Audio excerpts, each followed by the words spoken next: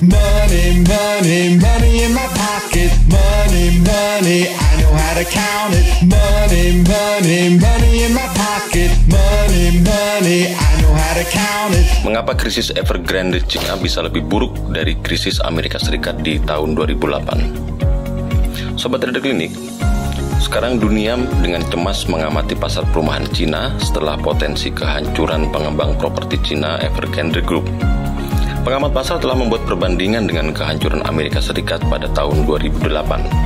Dan beberapa pengamat bahkan membandingkan dengan kehancuran properti Jepang 2 dekade sebelumnya. Tetapi meskipun ada beberapa kesamaan, situasi Cina pada dasarnya berbeda dari kedua peristiwa tersebut. Perbandingan yang paling jelas untuk potensi kehancuran real estate Cina adalah gelembung perumahan Amerika Serikat yang pecah setelah jatuhnya Lehman Brothers.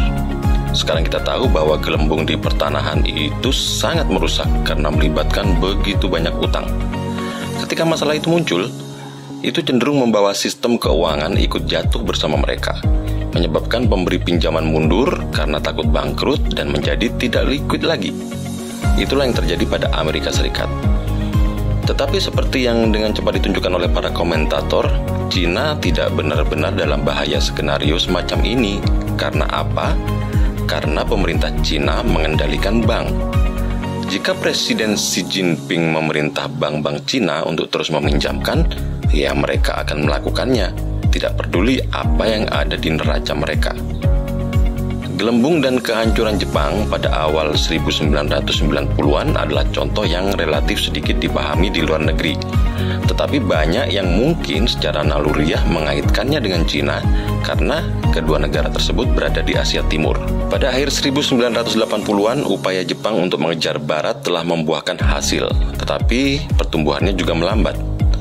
Dalam upaya mempertahankan pertumbuhan yang sudah dicapai, bank-bank Jepang masuk ke keuangan real estate secara besar-besaran, dibantu oleh deregulasi, suku bunga rendah, dan mata uang yang kuat. Sejauh ini terdengar seperti Cina ya. Setiap kali ekonomi Cina dalam bahaya melambat, hal itu akan memerintahkan bank untuk meminjamkan. Dan mereka kebanyakan meminjamkan ke real estate atau industri terkait seperti konstruksi. Faktor lain yang menyebabkan gelembung Jepang adalah sistem keuangannya. Tidak seperti di Amerika Serikat, sebagian besar perusahaan meminjam dari bank besar daripada menerbitkan obligasi. Untuk mendapatkan pinjaman, perusahaan membutuhkan agunan, dan agunan yang paling diterima adalah tanah. Hal itu meningkatkan permintaan untuk real estate perkotaan, memompa gelembung harga, tetapi juga memperburuk keruntuhan finansial. Ketika agunan perusahaan terdepresiasi, bank tidak akan meminjamkan kepada mereka lagi, memaksa mereka untuk mengekang operasi. Tapi sekali lagi, ini tidak menjadi masalah bagi Cina. Perusahaan-perusahaan Cina tentu saja memiliki banyak utang. Tetapi jika real estate bukan bagian dari bisnis inti mereka, mungkin tidak masalah untuk pinjaman bank jika kepemilikan tanah mereka terdepresiasi. Pemerintah masih bisa mengarahkan pinjaman dengan cara mereka jika mau. Perusahaan yang bergantung pada real estate atau konstruksi dan pemerintah daerah yang membiayai diri mereka sendiri dengan penjualan tanah pasti akan mendapat pukulan besar jika sektor properti turun. Tetapi produsen dan perusahaan lain kemungkinan akan aman, tidak seperti di Jepang. Jadi itu kabar baiknya. Pada dasarnya, baik Amerika Serikat dan Jepang itu memiliki sistem keuangan kapitalistik di mana pemberi pinjaman dapat dan memang menarik kembali ketika real estate jatuh. Nah, Cina tidak memiliki kerentanan seperti itu. Tetapi dalam segala hal kecuali stabilitas keuangan, ekonomi Cina lebih rentan terhadap kehancuran real estate daripada ekonomi Amerika atau Jepang. Real estate dan industri terkait menyumbang hampir 30% dari PDB Cina. Bagian yang jauh lebih tinggi daripada Amerika Serikat pada puncak boomingnya. Jika Xi Jinping benar-benar serius untuk mengalihkan ekonomi Cina dari real estate dan menuju manufaktur seperti yang telah dia nyatakan, itu akan menjadi penyesuaian yang menyakitkan.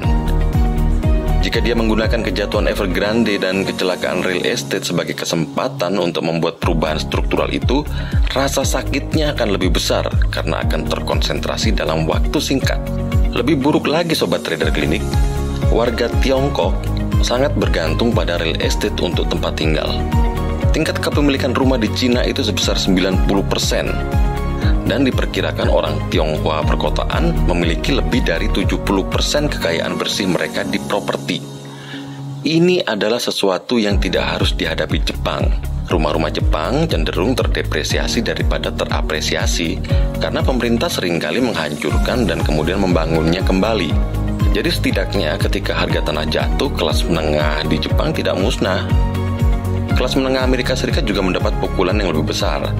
Tetapi jika harga tanah Cina turun, kemerosotan finansial di antara masyarakat umum akan menjadi proporsi yang luar biasa.